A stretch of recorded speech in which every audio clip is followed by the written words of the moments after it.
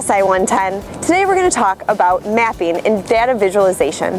Data visualization is all around us. We interact with it on a daily basis, whether it's on our computer screens or signs that we just see visually walking through the diag.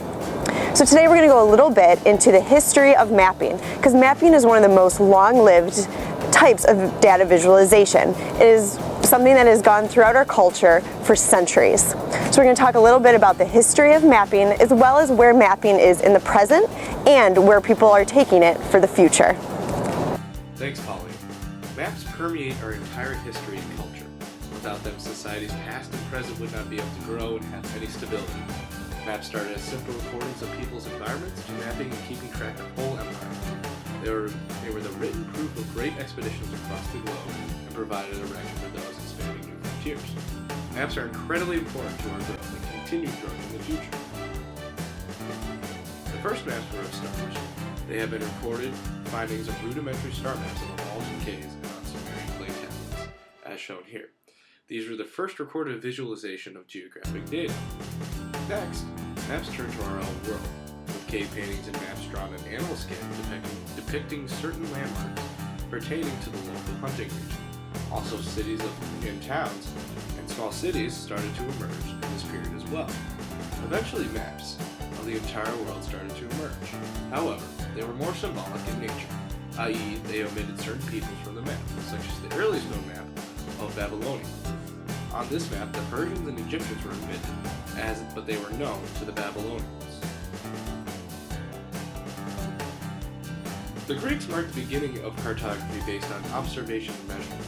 Anaximander was often seen as the first mapmaker, since he was the first to draw a map of the known world, often giving him the title of first mapmaker. Yet there is no archaeological evidence to assess his map. However, Hecatus of Miletus produced the earliest Greek map of the world that we have record of. It was also the first map based on observation of the whole world. In addition, when produced, he said it was based upon Anaxamander's map.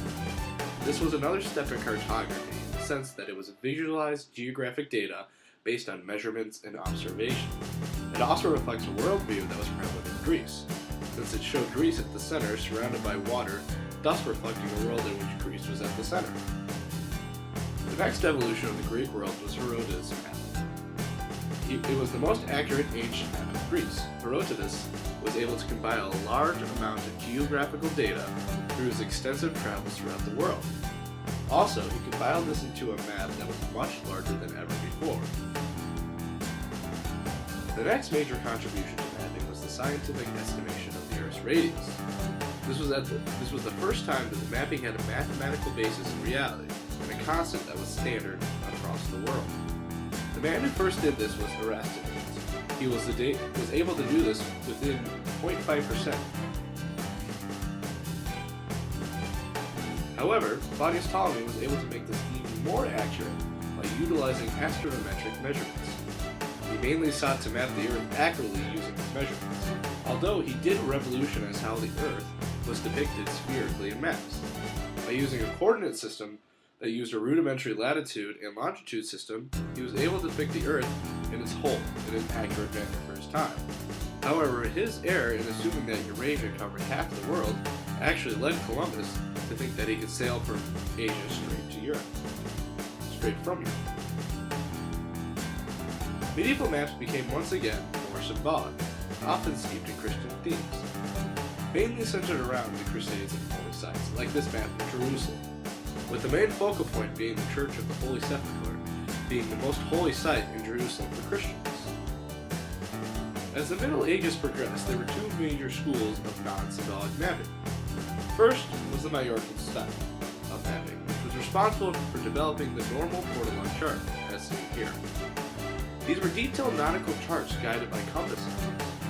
The next evolution of medieval maps emerged in the form of the Italian cartography school, which made its name with the Portolano, or the precursors to nautical charts. The Renaissance and the Age of Exploration represented the focus shift back to survey-based mapping.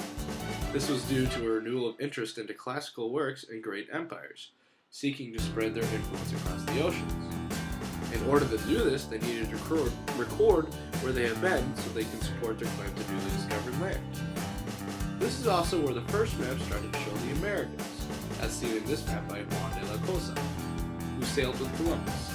This also showed the evolution of formal latitude lines being used in maps, as seen in the map by Pedro Rey. Now is a good time to talk about some major figures in cartography. First up is Gerardus Mercator. He was a Flemish cartographer whose main contribution to cartography was the Mercator projection. This was a cylindrical map projection which produced maps that were more accurate to any date and was adopted for naval purposes since it was able to project lines of true force, also known as marine lines. Next is Abraham Ortelius.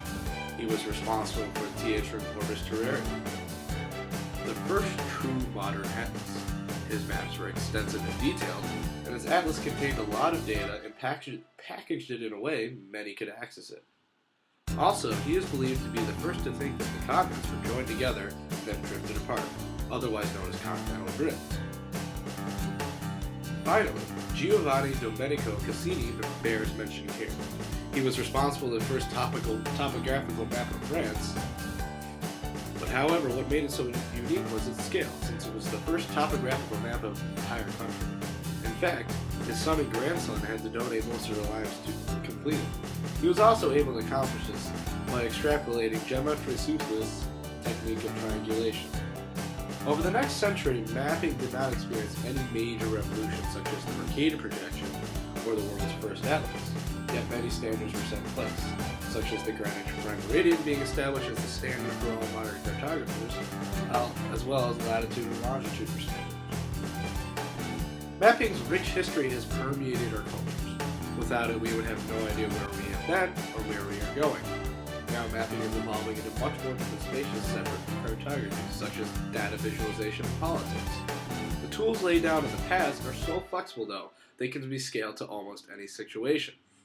Overall, mapping is an extremely important form of data visualization and transfer. Thank you, Colleen. Back to you.